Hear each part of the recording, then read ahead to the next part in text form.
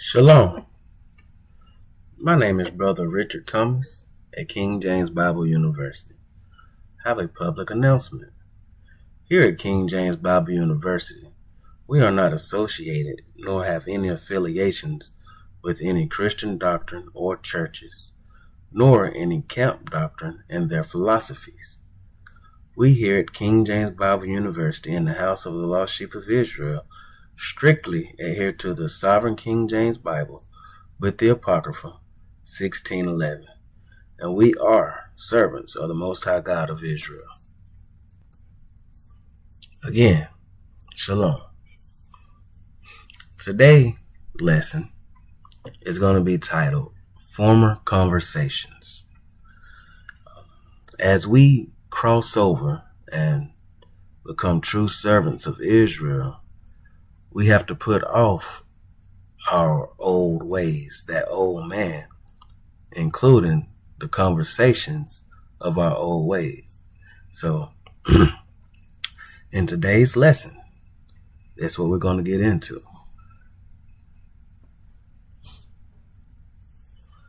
We're going to start today in Romans 12, verse 2. That's Romans chapter 12, verse 2.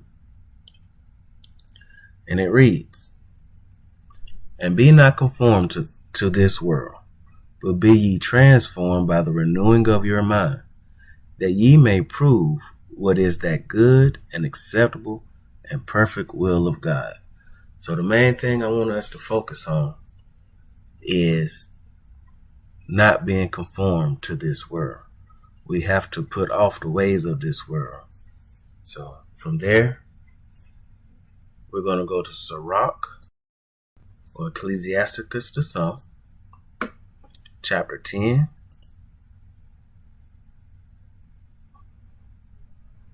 and verse 18. Again, that's Sirach, chapter 10, and verse 18. It reads, "Pride was not made for men, nor furious anger for them that are born of a woman."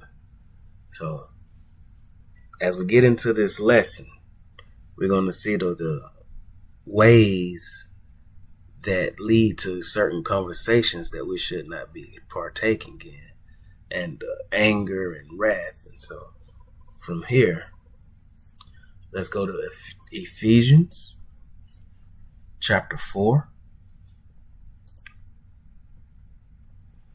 verse 26.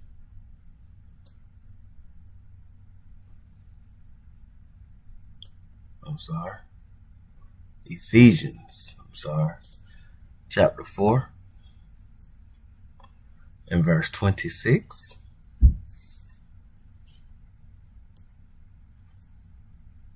And it reads,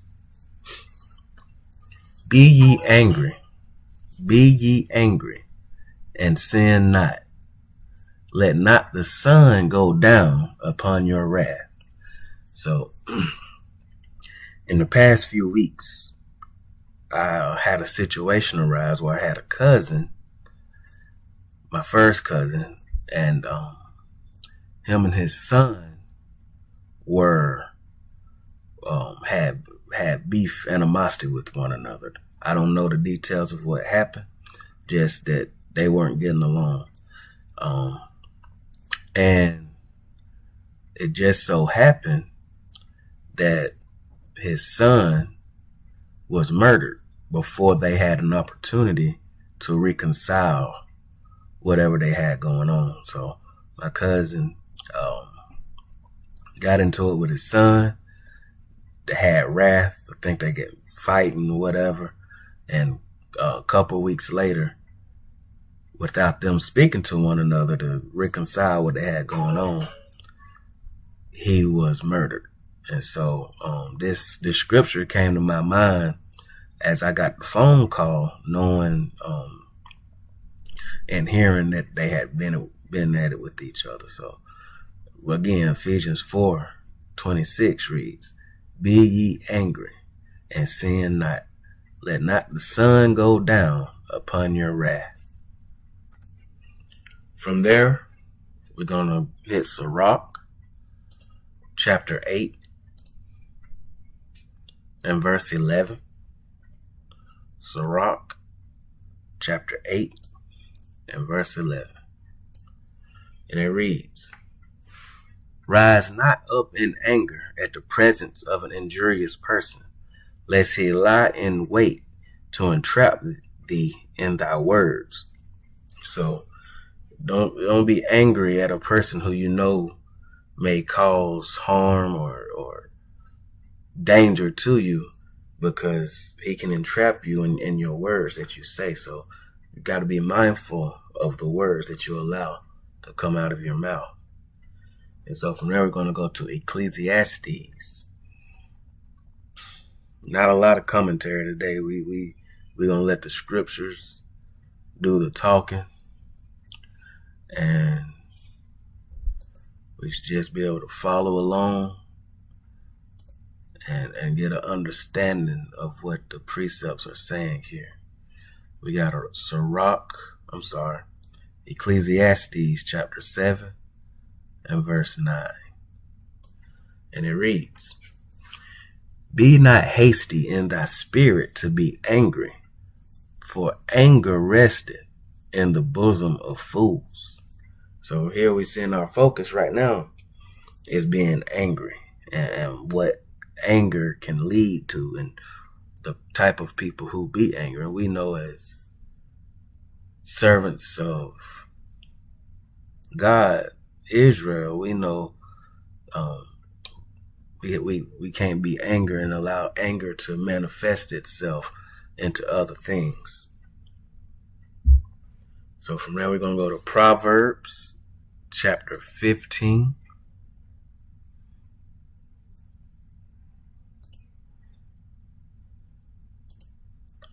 And verse 18. Proverbs 15, verse 18. "A wrathful man stirred up strife, but he that is slow to anger appeaseth strife." So one thing we need to be able to control our emotions and be slow to anger, or not anger at all.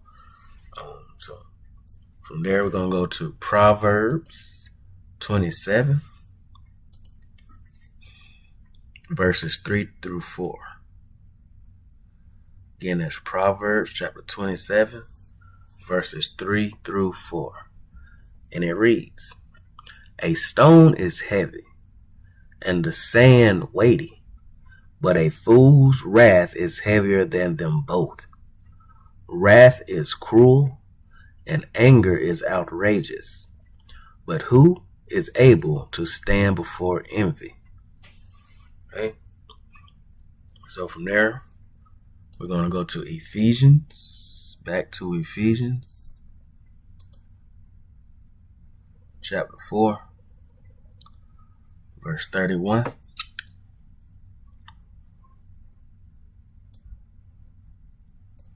Ephesians chapter 4, verse 31.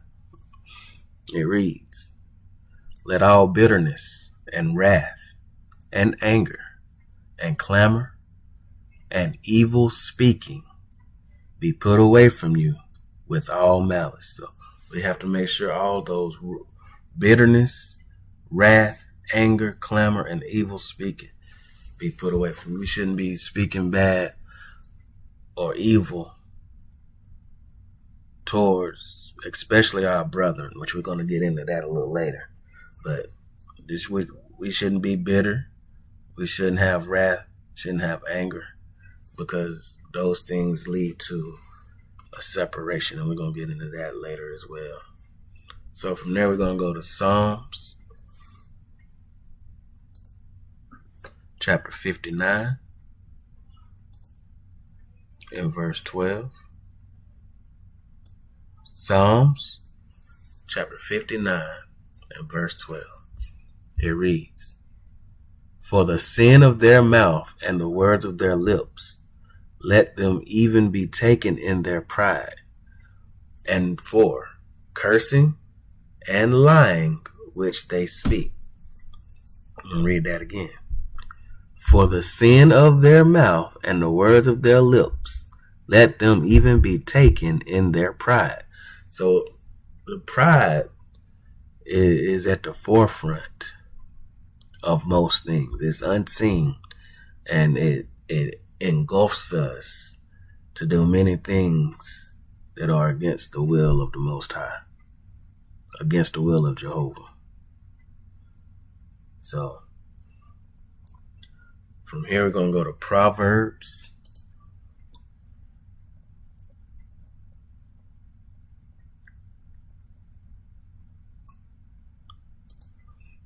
chapter 6,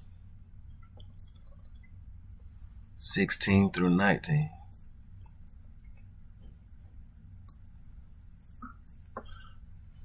And it reads, These 6 things doth the Lord, the Spirit of God, hate. Yeah, 7 are an abomination unto him. A proud look, a lying tongue, and hands that shed innocent blood. A heart that deviseth wicked imaginations, feet or desires that be swift in running to mischief, a false witness that speaketh lies, and he that soweth discord among brethren. Okay? So from there, we're going to Ephesians chapter 4, verse 25. Ephesians chapter 4 and verse 25. Wherefore, putting away lying, speak every man truth with his neighbor, for we are members one of another. And so let's see exactly what truth is and what we're supposed to be speaking with our neighbor. So we're going to go to Psalms 119 and verse 142. Psalms 119 verse 142. So we can see exactly what we are supposed to be speaking with our neighbor and our brethren. And it reads 142. Thy righteousness is an everlasting righteousness. Here it goes, including thy law is the truth. So we go back to Ephesians 4 and 25. It says, B, speak every man truth with his neighbor.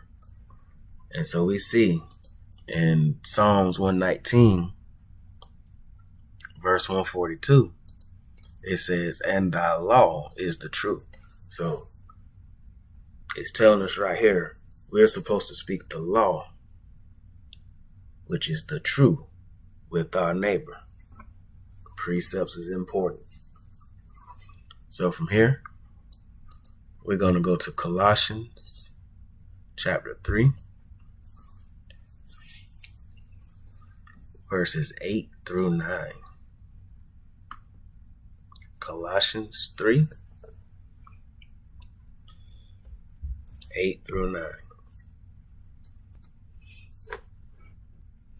And it reads, But now ye also put off all these: anger, wrath, malice, blasphemy, filthy communication out of your mouth. Lie not one to another, seeing that ye put off the old man with his deeds. So we shouldn't be lying to one another, and we shouldn't be having filthy communication. If you're married and you're having a conversation with someone else, your wife or husband should be able to be in that same room, and you shouldn't be afraid to say the same things.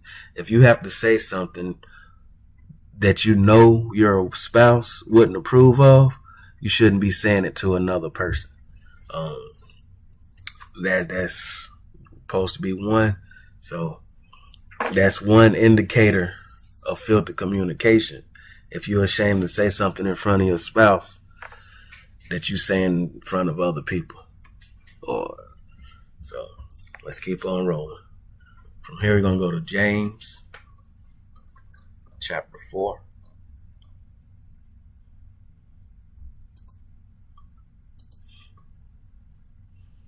Verse 11.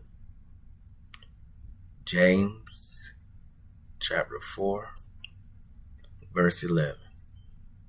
And it reads, "Speak not evil one of another, brethren.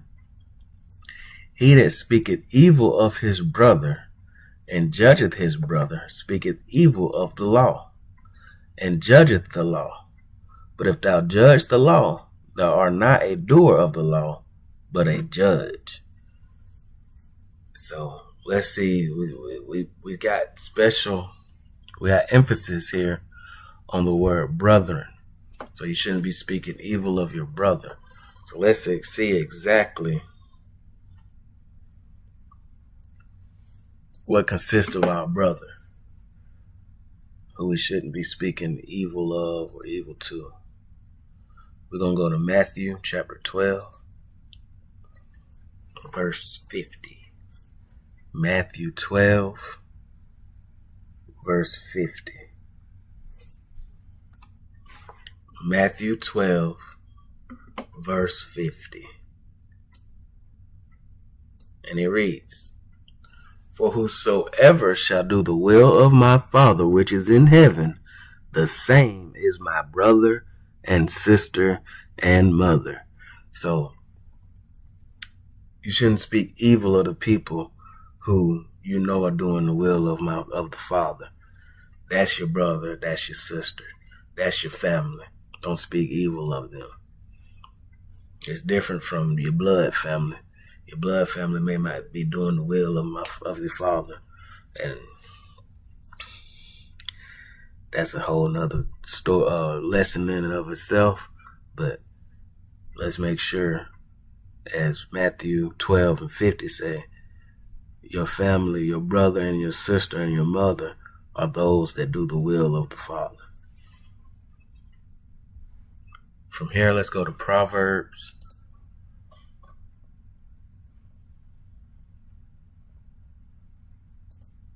chapter 18,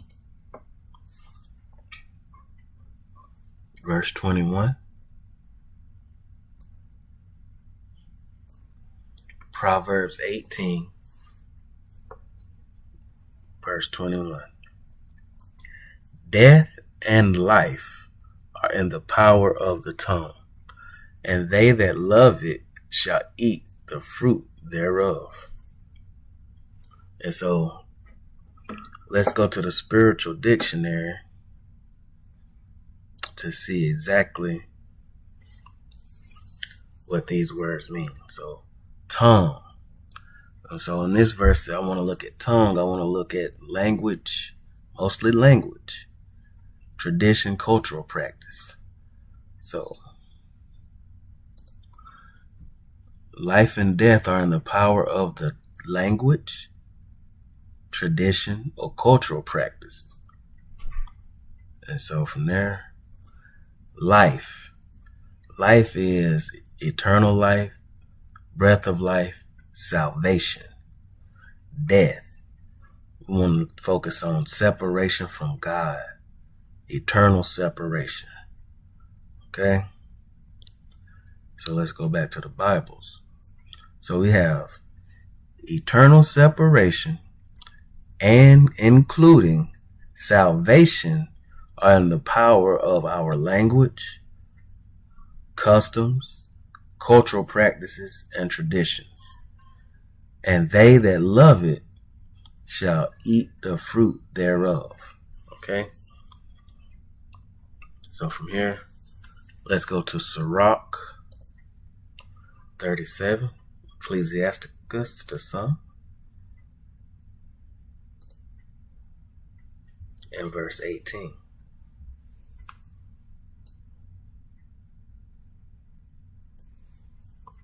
And it reads, "Four manner of things appear, good and evil, life and death, but the tongue ruleth over them continually.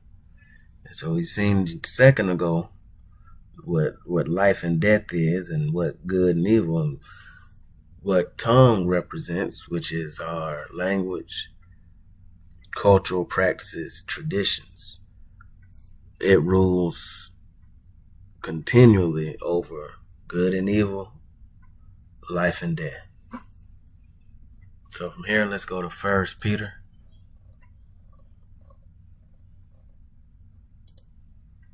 chapter 3 and verse 10. 1 Peter 3 and 10.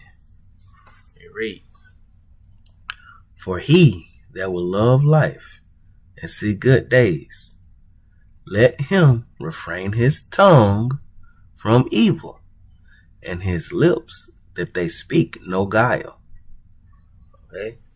These scriptures, these precepts from JEHOVAH are pretty much self-explanatory in our conversations that we should be having. So from here, we're going to go to Romans chapter 3.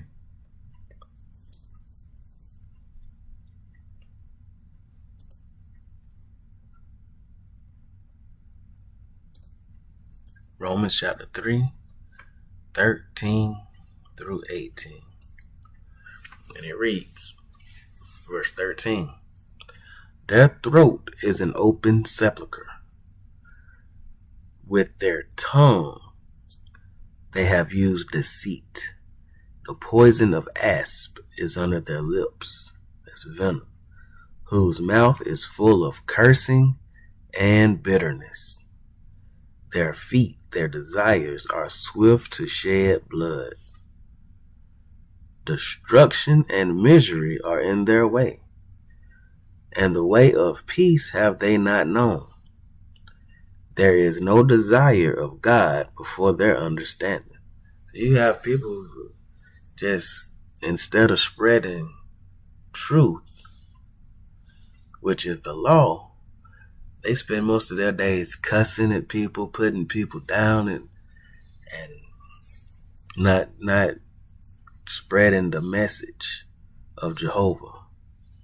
So from here, we're going to go to James chapter 3, 5 through 10.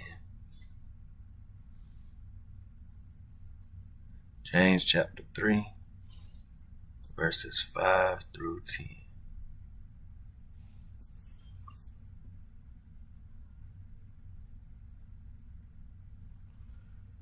And it reads, "Even so, the tongue is a little member, and boasteth great things. Behold, remember how great a matter a little fire kindleth. And the tongue is a fire, a world of iniquity. So is the tongue among our members, that it defileth the whole body." Why? Because it speaks life and death, "and setteth on fire the course of nature, and it is set on fire of hell. For every kind of beast, and of birds, and of serpents, and of things in the sea is tamed, and hath been tamed of mankind. But the tongue can no man tame. It is an unruly evil, full of deadly poison. Therewith bless we God, even the Father,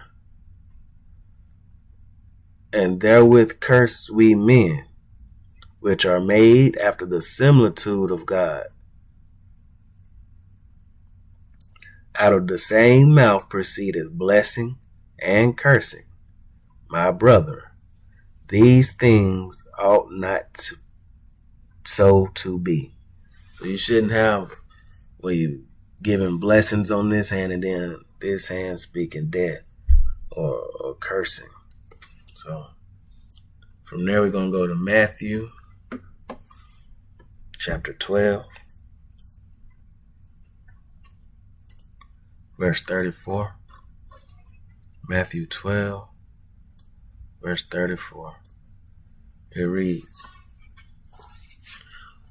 O generation of vipers, how can ye, being evil, speak good things? For out of the abundance of the heart, the mouth speaketh. So, we know that out of the heart, out of your desires, is going to come what comes out of your mouth. You can't tame it. As we read in James, over here in James, the tongue cannot be tamed. Put us right on the verse. Verse 8, James 3 and 8. But the tongue, no man, male or female, can tame. So eventually, whatever you have in your heart, that tongue, it's going to come out. No matter how hard you try to hide it. If you have evil in your heart, it's going to come out. So that's why we are supposed to be speaking truth, which is the law, with our neighbors, with our brother. So from here, let's go to 1 Corinthians chapter 10, verse 21. 1 Corinthians 10, verse 21. So you can't let you be evil and speak good things, or be good and speak evil things. So 1 Corinthians 10, 21 reads, Ye cannot drink the cup of the Creator and the cup of devils. Ye cannot be partakers of the Creator's, the Father's table, and the table of devils. So we just can't. They don't add up. You can't one second be speaking true and then turn around and be speaking evil and cursing and have anger and wrath in your heart. We just can't. We can't do the both of them. So from here, let's go to Matthew chapter 26, 69 through 74.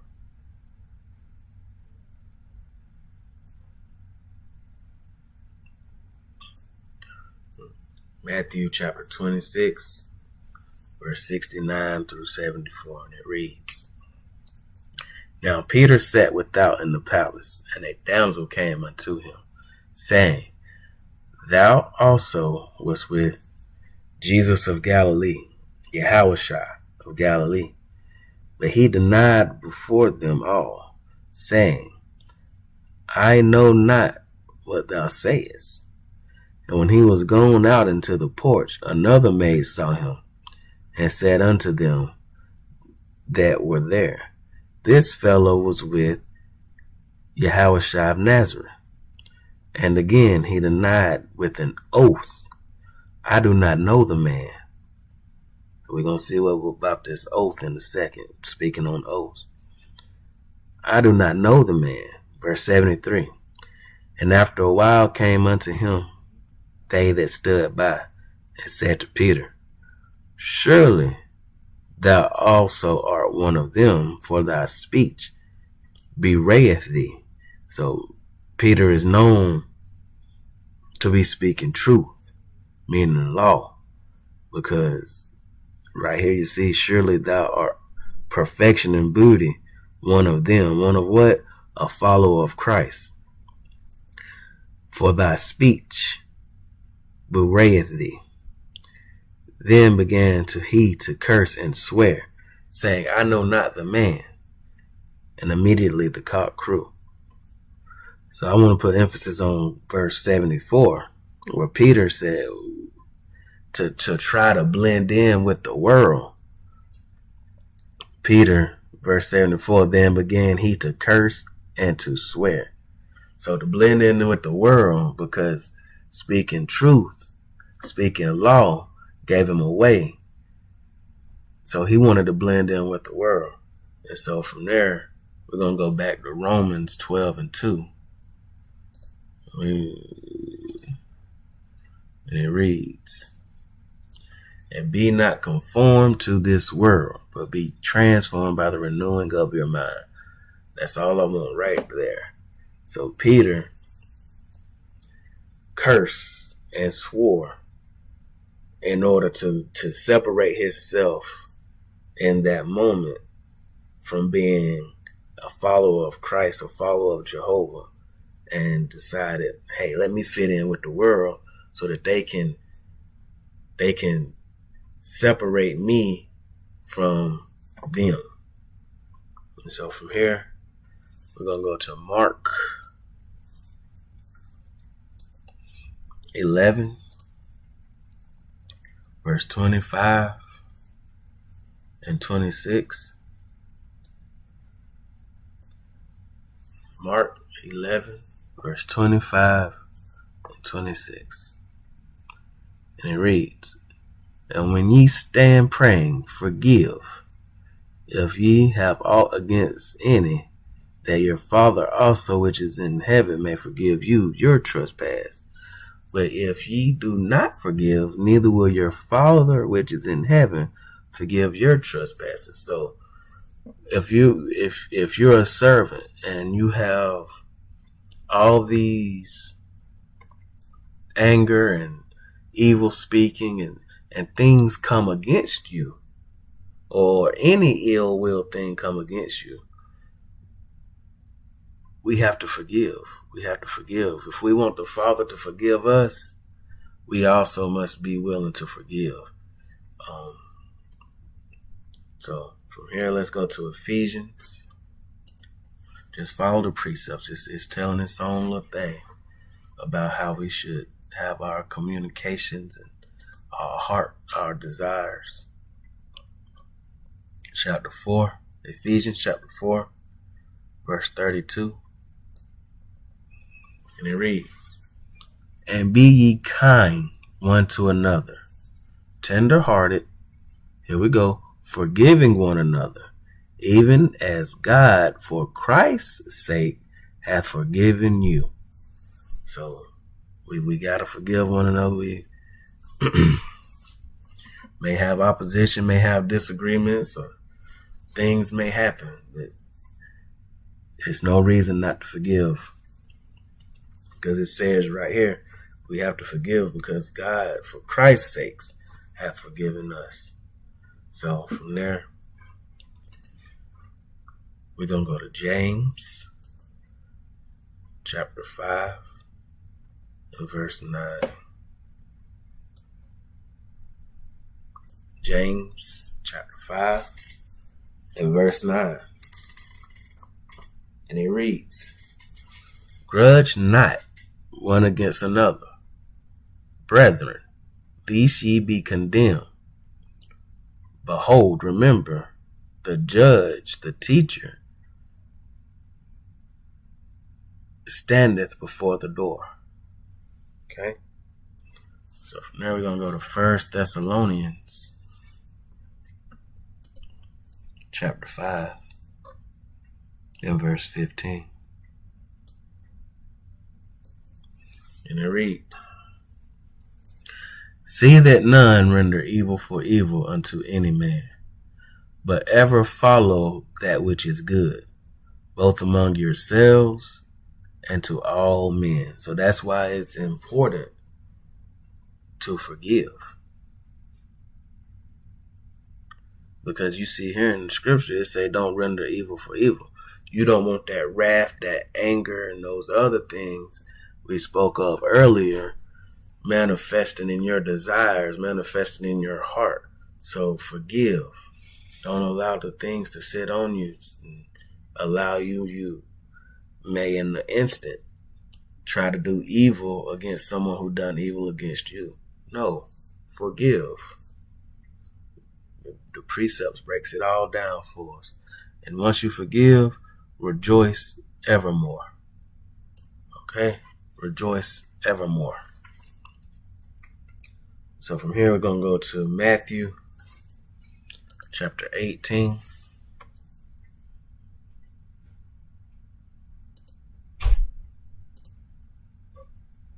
verse 22. Matthew 18, verse 22. Salvation said unto him, I say not unto thee until 7 times, but until 70 times 7. So let's go up to verse 21. I'm sorry. Let's go up to 21. We're going to read Matthew 18, 21 and 22. And it reads, Then Peter came to him and said, Lord, how oft shall my brother sin against me, and I forgive him? Till completion, till 7 times? And Jesus said unto him, Salvation said unto him, I say not unto thee until completion, until 7 times, however, until 70 times completion. So you are to always forgive. There's no loopholes. There's no other way around it. Forgive your brother. Forgive your brother. And so from here, we're going to go to Matthew 12. We'll stay over here. Matthew 12, verse 32. Matthew 12, verse 32. And it reads, And whosoever speaketh a word against the Son of Man, it shall be forgiven him. Right? But whosoever speaketh against the Holy Ghost, the separated body, it shall not be forgiven him, neither in this world, neither in the world to come. So our ultimate goal is to make it to the world to come. So while we're in this world, while we're speaking on our conversations, don't let your conversation be against the separated body, or you won't make it to the world to come. Okay? Keep that in mind. So from here, we're going to go to where somebody else was speaking against. We're going to go to Numbers 12. Numbers 12, verses 1 through 3. It reads, And Miriam and Aaron spake against the word of truth, because of the Ethiopian woman whom he had married. He had married an Ethiopian woman. And they said, Hath the Spirit of God indeed spoken only by Moses? Hath he not spoken also by us? And the Spirit of God heard it. And the man, Moses, the word of truth, was very meek above all the men which were upon the face of the earth. And so from now we're going to skip down to verses 6 and 7. And it reads, And he said, Hear now my words. If there be a prophet among you, I, the Spirit of God, will make myself known unto him in a vision, and I will speak unto him in a dream. My servant Moses is not so, who is faithful in all mine house. And because they had spoke against Moses, look at what it done. And the anger of the Spirit of God was kindled against them, and he departed. So because they spoke against Moses, Aaron and Miriam and Aaron, the Spirit of God, the anger, the only one who gets angry, needs to, was kindled against them. So from there, we're going to go to 1 Kings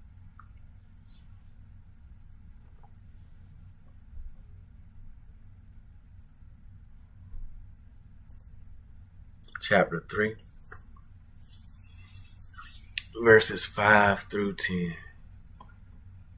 Let's see what kind of speech God is looking for from us. So Verse 5. In Gibeon, the Spirit of God appeared to Solomon in a dream by night. And God, JEHOVAH, said, Ask what I shall give thee. And Solomon said, Thou hast showed unto thy servant, thy beloved, my father, David, great mercy, according as he walked before thee in truth, and in righteousness, and in uprightness of heart with thee. And thou hast kept him from this great kindness. And thou hast kept for him this great kindness, that thou hast given him a son to sit on his throne, as it is this day. And now, O Spirit of God, my guide, thou hast made thy servant king instead of David my father, and I am but a little child. I know not how to go out or come in. And thy servant is in the midst of thy people, which thou hast chosen, a great people, that cannot be numbered nor counted for multitude. Give therefore thy servant an understanding heart to judge thy people, that I may discern between good and bad. For who is able to teach this thy so great a people? So he asked JEHOVAH for an understanding heart. And so look in verse 10 at what happened with his speech. And verse 10 reads, And the speech pleased the Creator, pleased the Father, that Solomon had asked this thing. So when we're speaking, that those are the things that please the Father, to ask for an understanding heart to teach his people. Right? So from there, let's go to James chapter 5.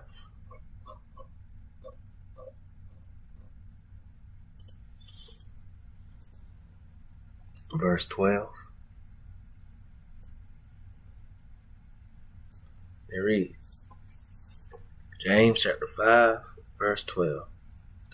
But above all things, my brethren, swear not, neither by heaven, neither by the earth, neither by any other oath, but let your yea be yea, and your nay be nay, lest ye fall into condemnation. So we shouldn't be swearing, shouldn't be making oaths. No, Scouts honor, Boy Scout, no pledge of allegiance, no pledging to sororities, making the oath. You shouldn't make neither by any other oath. Let your yea be yea, and your nay, nay. So that way you don't fall into condemnation. These precepts are self-explanatory on what our speech should be. So let's go to Colossians chapter 4.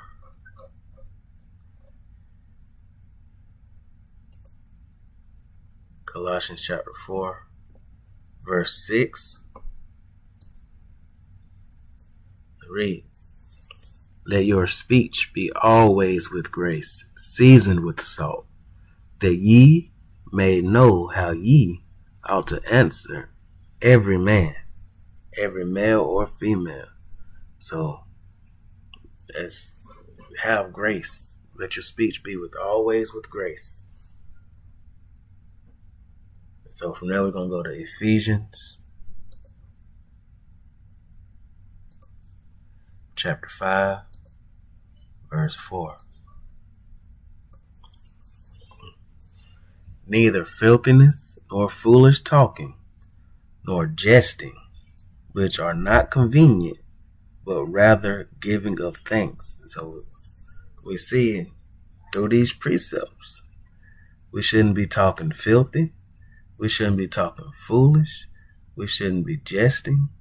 those things are not convenient, but be given thanks. So let's go to Proverbs 15:1. Proverbs chapter 15, verses 1. So anytime you're dealing with certain people, 15 verse 1 says, a soft answer turneth away wrath, but grievous words stir up anger. So when you feel or you have someone that you can tell is speaking wrathful, give them a soft answer. But when you give grievous words, you're going to be at square one with the pride. Okay? The pride. So let's stay away from pride. And so let's go to, staying in Ephesians, let's go to chapter 4, verses 22. Ephesians 4:22. And it reads, that ye put off concerning the former conversation the old man, which is corrupt according to deceitful lust. That old man was corrupt. We had to bury him when we went down in that water, and we came up a new creature, a new man. We had to put away the conversations of the old man. Okay? So from here, let's go to Matthew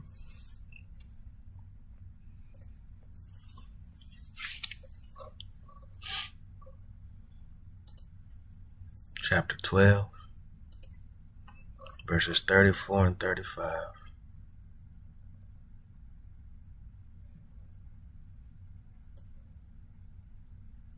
And it reads, O generation of vipers, how can ye, being evil, speak good things? For out of the abundance of the heart the mouth speaketh. O good man, out of the good treasure of the heart bringeth forth good things. And an evil man out of the evil treasures bringeth forth evil things.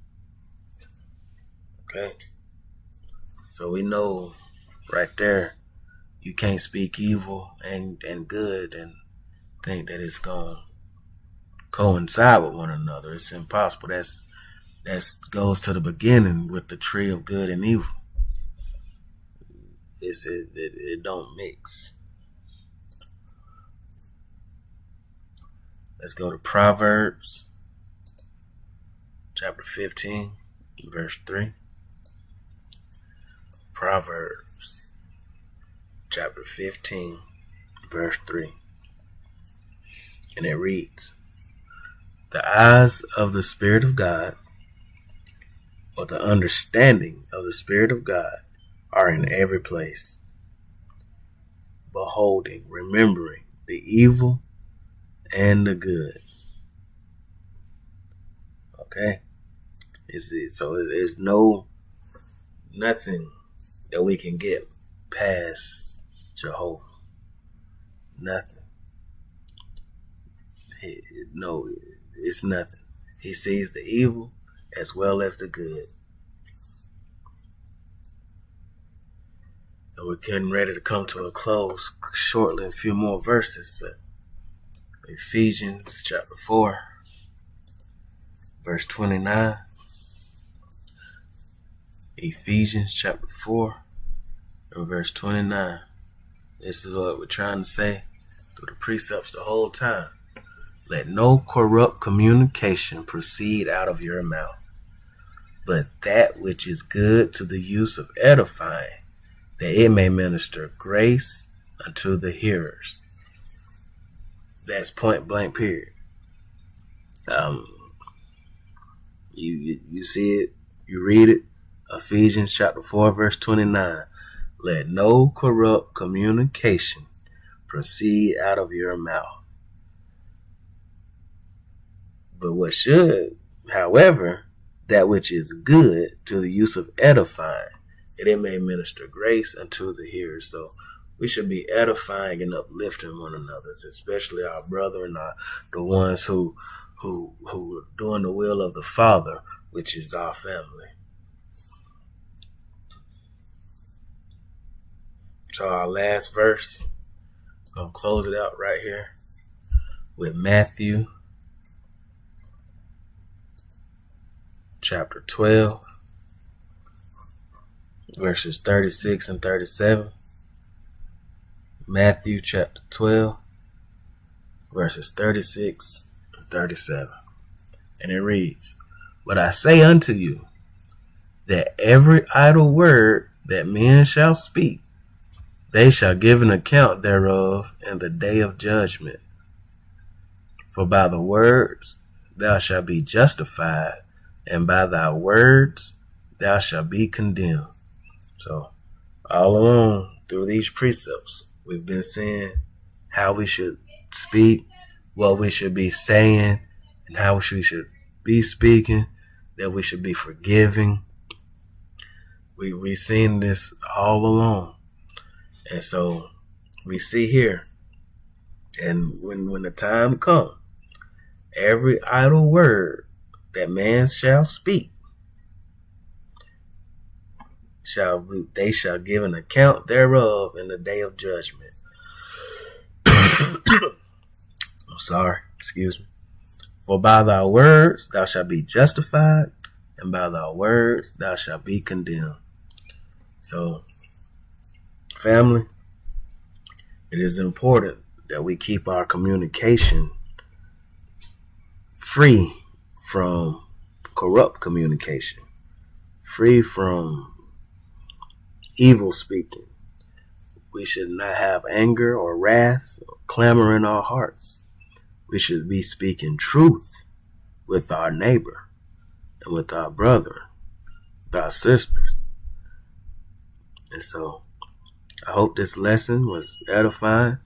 It's something I certainly needed to see. And I hope it helps others to know that we have scriptures for everything. We have precepts for everything. So, again, I'm Brother Richard. Shalom.